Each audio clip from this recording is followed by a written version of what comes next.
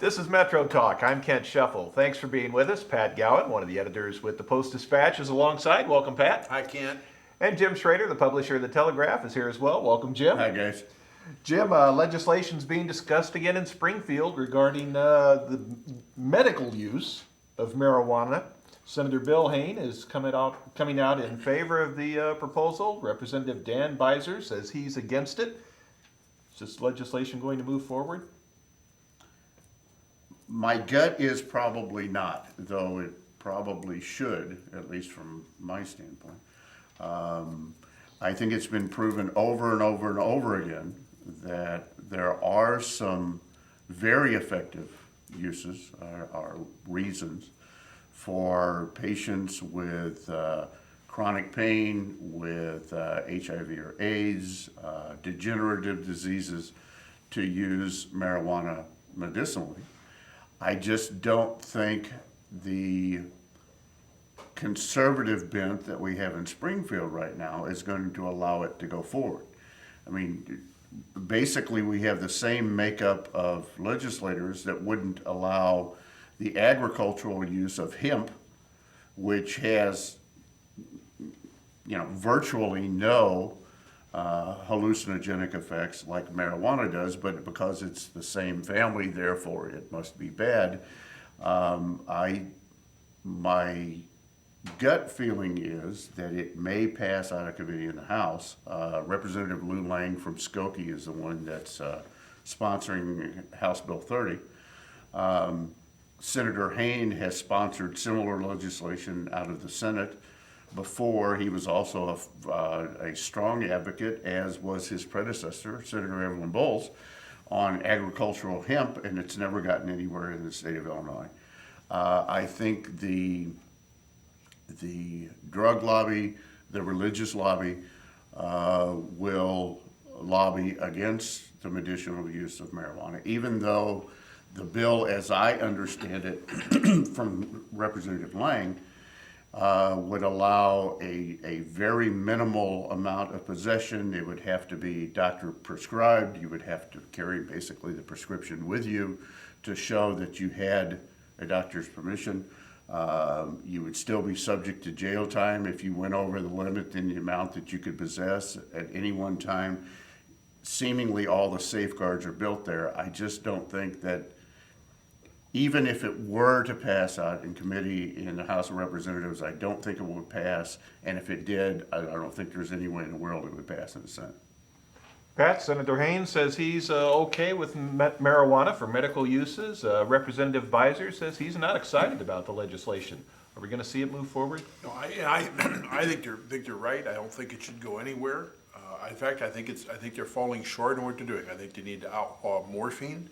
I think they need to outlaw oxycodone. They certainly need to get rid of codeine, because these are all variants of heroin, which is very addictive and a big killer.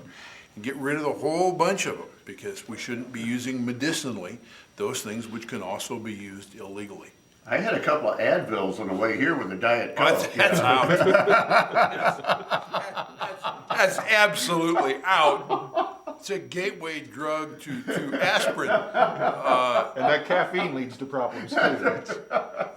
We live in a world where science has given us marvels at treating disease and treating pain.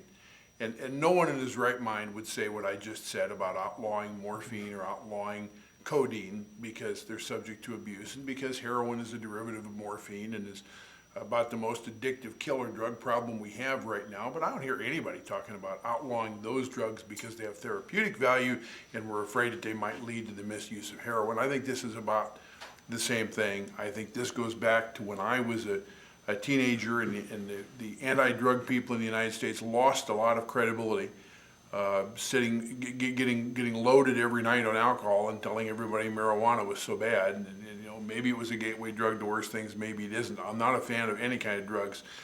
My wife will tell you that I'll only take an ibuprofen under duress, because I'm really not a fan of drugs. But that having been said, to deny people a legitimate use of marijuana, when there are so many stronger things out there you can get by prescription and nobody blinks an eye at, it really doesn't make any sense to me. I don't see where there's any real strength of argument on the other side of it all. You're afraid of marijuana? It grows wild here because the government planted so much hemp in World War II. We don't have to leave this studio and probably walk for more than 5 minutes before we can find wild marijuana growing. Now, not very potent, I understand, but nonetheless, it's out there. So it seems silly to me. I had this conversation with someone the other day. We are all children of the 50s, which means we were coming of age in the 60s when marijuana and the hippie movement and Haight-Ashbury and all of that was really vibrant. And I told someone the other day that I have never smoked marijuana. And this person was just astounded that I had never smoked marijuana because, you know, if you were growing up in that age, apparently that was your step to manhood or something or other. So I'm not advocating the medicinal use of marijuana because I'm a user. It's just the herb has proven to ease pain and suffering, just like most of the drugs that we have are forms of some plant, tree sap, opium, flower. That's where most of those drugs have come from and were used for thousands of years. I don't know why the HTC in marijuana should be any different. Now, if there's a chemical derivative of HTC where you can take it as a pill instead of smoking it, I think that's probably a good idea instead of, but nobody seems to have been able to harness that either. We need to take a break. We'll have more Metro Talk in just a moment. Hi, I'm Audrey Lucchese, and I'm from Alton, Illinois. I love music, and that's why I came to Lewis & Clark. It's been an amazing experience here at Lewis & Clark, working with students that are so talented, coming from all over the area, and they work so hard to follow their dreams.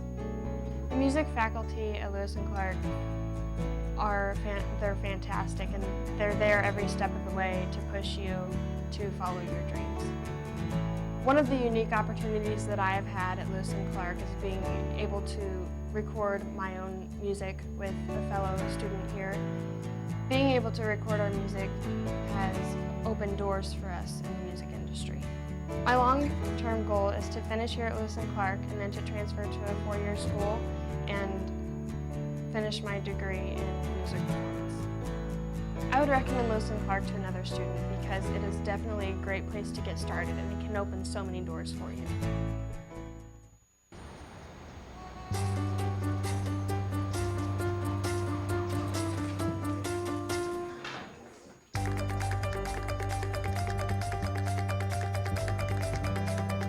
Big dreams and good grades aren't enough to get into college. There are actual steps you need to take. Finding someone who can help is the first and most important. For the next steps, go to knowhowtogo.org.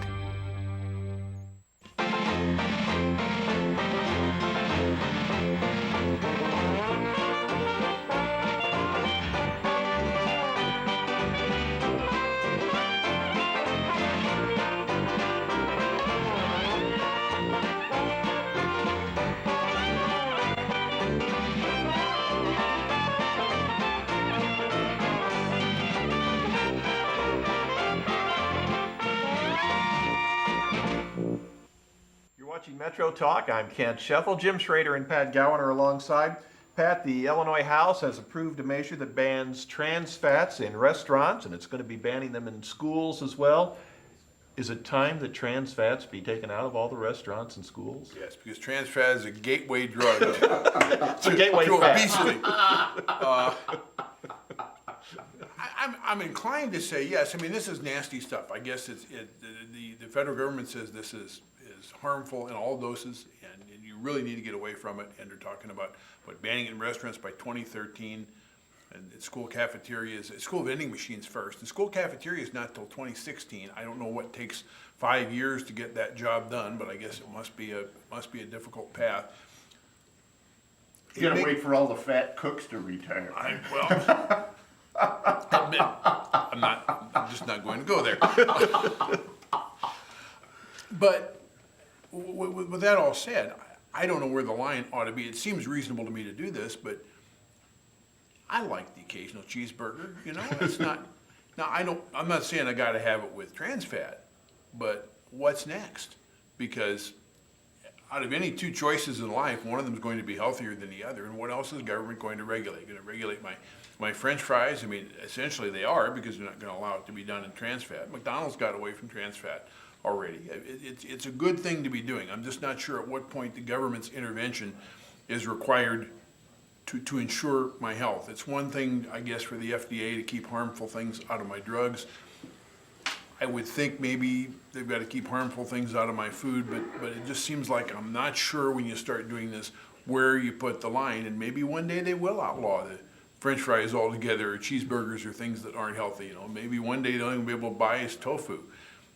It's interesting too that they're outlawing it in restaurants, where I would have a choice whether to order something with trans fat, where they could just as well force them to be transparent about what's in it, and I could make the choice. They're now outlawing it at my home with this bill, so I could still cook with trans fat if I knew how to cook and I knew what trans fat was. So I don't know. I'm worried about that line, but on its face, you know, it seems like not a bad idea. Jim, they're looking to take trans fats out of restaurants, out of the schools. Is it time for that to happen? I think that that's obviously the job of our elected officials, because they do such a good job at managing our lives and our taxes and the economy and our position in the world and our wars and rumors of wars.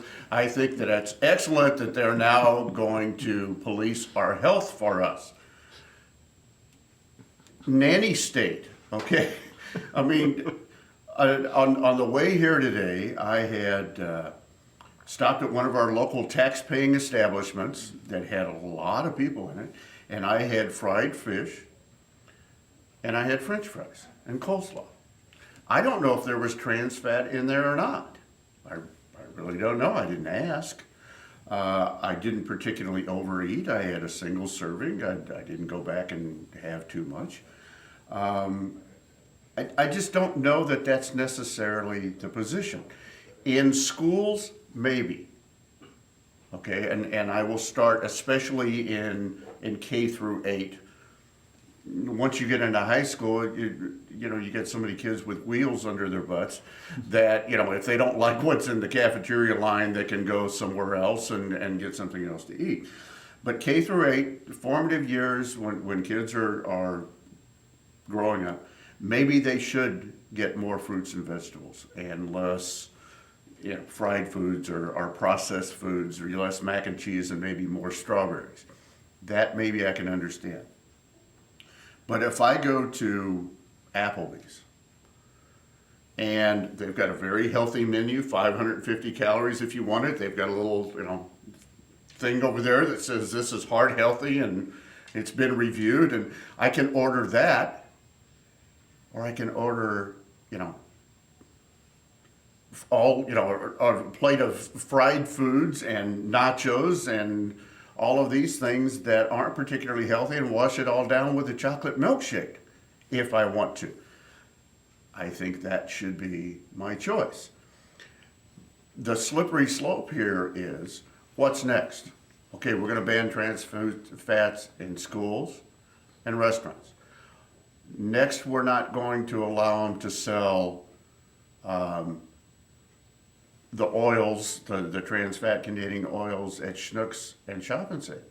And now, if you knew how to cook and wanted to cook with trans fat, now you can't buy the ingredients to fry the chicken like Grandma used to make, or like you used to make. Where does it stop? And I said it somewhat facetiously, but I don't mean to be facetious. The government does so well at managing everything else, I just don't believe they necessarily need to be mandating diets.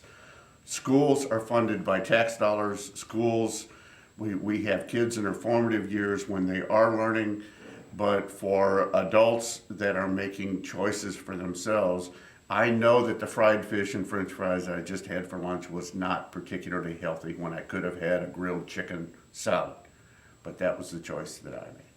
I'd like to point out, as I looked at this, I was trying to find something that it's like.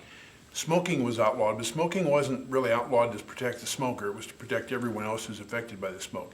In the case of outlawing trans fat, you're only really protecting the person who's consuming it. And that's sort of a different angle. And I was thinking, well, it's something like the motorcycle helmet law, which, as you know, was stricken down in Illinois because you couldn't force someone to wear a helmet to protect himself. You could only force them to wear goggles to protect someone else, theoretically. So that all fits. But then in a way, it's kind of like smoking in that the bill for medical care comes back on the taxpayers to some extent.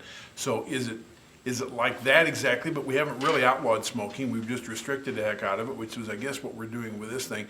I think it really deserves some serious thought because I think, joking about gateways aside, this really is sort of a gateway law into what could be a lot of mischief in American life.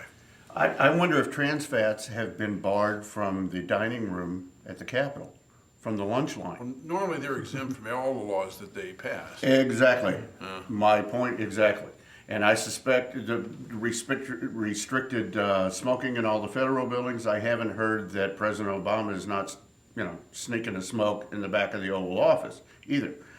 We're making rules for everybody else, but my guess is you should get a plate of fried chicken in the Capitol lunchroom. Now, I don't know enough about trans fats. Do they show up in your favorite AB product? No. No, that's my favorite AB product. For those of you who don't know, he's talking about my favorite beer. Trans fats, no, do not show up. That is a natural brewing. The Egyptians were making beer long before trans fats were ever invented or regulated. I think it's fascinating that he has no idea whether there's trans fat in the chicken he had for lunch, but he knows for absolute certainty there is no trans fat in beer. Which says to everyone that I have my priorities straight. We need to take a break. We'll have more after this, maybe. Hello and welcome to the Lewis and Clark Minute. Today we're going to check out the radio broadcasting program and WLCA with Mike Lemons. Have you ever listened to your favorite radio station or your favorite disc jockey and say, I could do that? Or maybe you're the type of person who says, I could never do something like that. Well, with the help of first-year mass comm student John, we're going to show you just how easy it is. Each voice intro starts with talking about the band that just played, and we add a station identifier. Next, you want to offer some information that may be of interest to your audience. And finally, tell the listeners what the next song is, who sings it, followed by another station identifier. John will do one live now. Silver Sun Pickup Substitution on WLCA. The Big Pink released their debut album called A Brief History of Love. The single is off that album. It's The Big Pink with Dominoes. It's on College Radio's Best 89.9.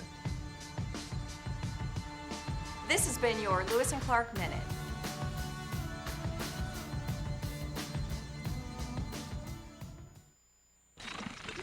What's that?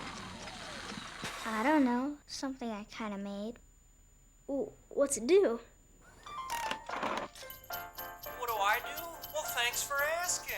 I ring my bell and I like to dance. What do I do? Well, thanks for asking. Ow! Yeah, it still needs a little work. Anything's possible. Keep thinking. Get started on your own inventions or just play some games at inventnow.org. Sounds like you could use some Van Gogurt. It's fortified with arch-rich nutrients to improve your math and reading skills. Catch! Van Gogurt, thanks. So what's the deal with your ear? Always with the ear, huh? Feed your kids the arts. For 10 simple ways to learn how, visit AmericansForTheArts.org. This is Metro Talk. Pat Gowan and Jim Schrader here. Jim, lawmakers are debating whether or not a photo should be placed on the ID card that is part of the food stamp system in Illinois. Do we need that photo on ID cards? Since we had the first two questions of the day, we both made light of. Let's get serious now. I think that is an excellent idea. If more and more places now, if I use a charge card, even though it has my name and it has my signature on the back, to cut down on fraudulent uses of credit cards, more and more stores now will ask to see your ID. They want to double check that the name on the card is the name that is on your driver's license. So that somebody, Pat Gowan, not using Jim Schrader's credit card. Why not for the food stamp program? for many people don't realize the food stamps like we may have grown up with, where you tore out little coupons in your hand, are not done like that anymore. They're done with a thing that's similar to a debit card.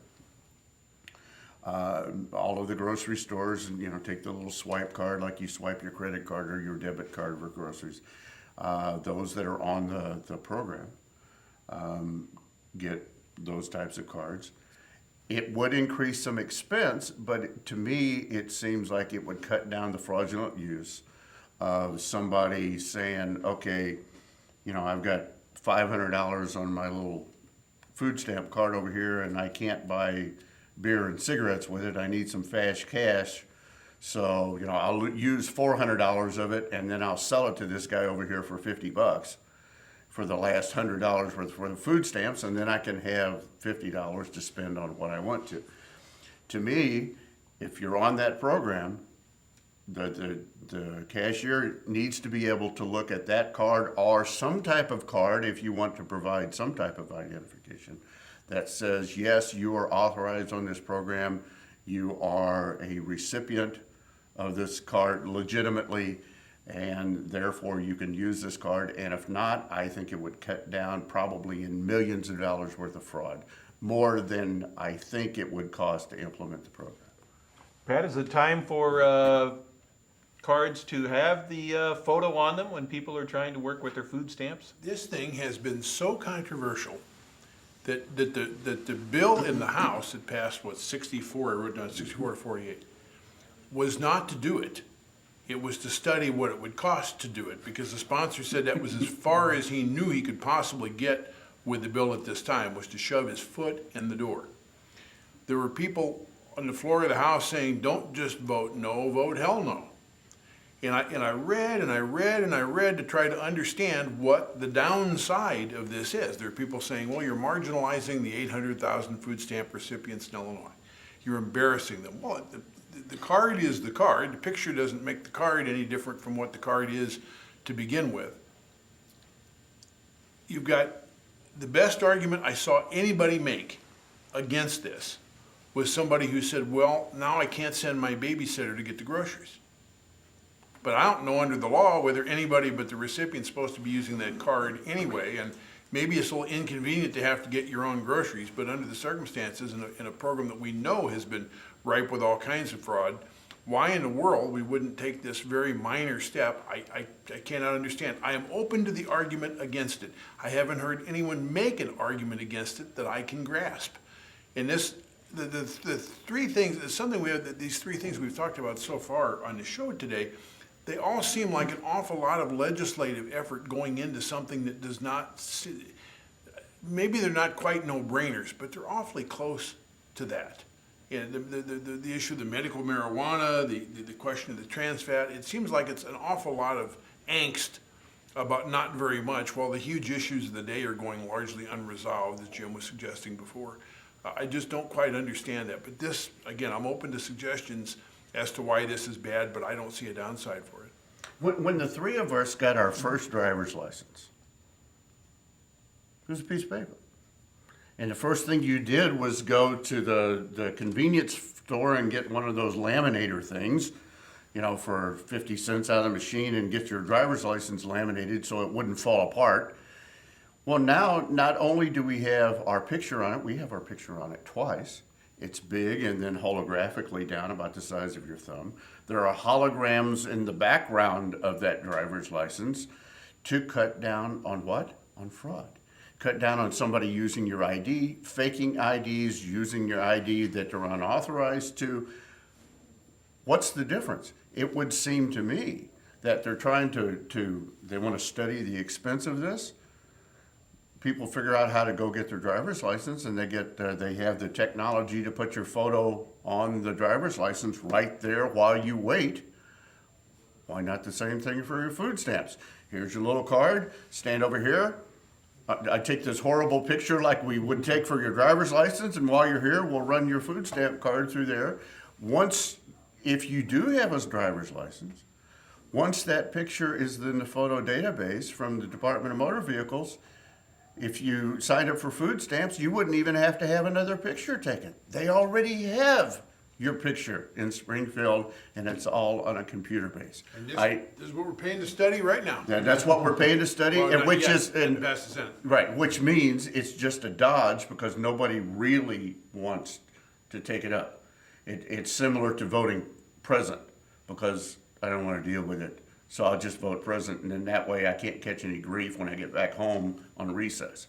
Do you remember what the anti-fraud measure was on the paper license with no picture? The date, the month, date, and year of your birth date had different color backgrounds. So that if you took the digits and tried to rearrange them in a way to make yourself look older for buying liquor, before you laminated the card together, it might not be so easy to see. The backgrounds theoretically would be wrong depending upon where you harvested the number that would bring you to the right age. So there's like a pink background for the month and like a blue background for the year and for the date and a green background for the year. And that was high-tech anti-fraud in its day. Spoken like someone who tried to alter a driver's license. You know, I've been so bald for so long that I don't think anybody would have asked for my ID since I was about 12. And the curse of it was, I don't like to drink. I was never a drinker. I never bought alcohol illegally. And in fact, I pretty much never bought alcohol legally either. So it was all wasted on me. Well, I made my statement about never smoking marijuana. I won't go so far as to say I never bought alcohol illegally or legally either. Jim was in deep research on the history of beer. Jim, a Republican plan to change the state's workers' comp laws has been rejected. Republicans wanted to make it so that you had to prove your injuries were job-related. They said that'd protect business. The Democrats said that would result in businesses routinely challenging the claims, was going to deny workers legitimate payments. Was there a right or wrong party in this debate? It passed out of the House of Representatives, though in a close vote, but it did pass out of the House of Representatives and went to the Senate, where 28 of our best and brightest elected senators in Springfield voted present. Hence my statement on the last question. What a, excuse me, ballless state of mind that they can't vote yes, they can't vote no, they vote present. What that means is I'm not going to make any stand whatsoever. I'm not going to stand up and say workers' comp is fine like it is. I'm not going to condemn it for the problem that many people think it is. So I'll just say, here, I think that's pathetic. In my estimation, part of the problem that we have with the workers' comp system in the state of Illinois is there's something like 70,000 government workers in the state of Illinois. 25,000 of those have pending workers' comp claims. There's why we had 28 senators vote present. Pat? I think most people are mystified to find that you don't have to make a connection between your work and being injured at work to make a workers' comp claim. It seems like fertile ground for some kind of reform. That's going to do it for this edition of Metro Talk. Thanks for being with us. I'm Kent Scheffel. Jim Schrader, the publisher of The Telegraph, has been here, along with Pat Gowan, one of the editors with the Post-Dispatch. We'll see you next week.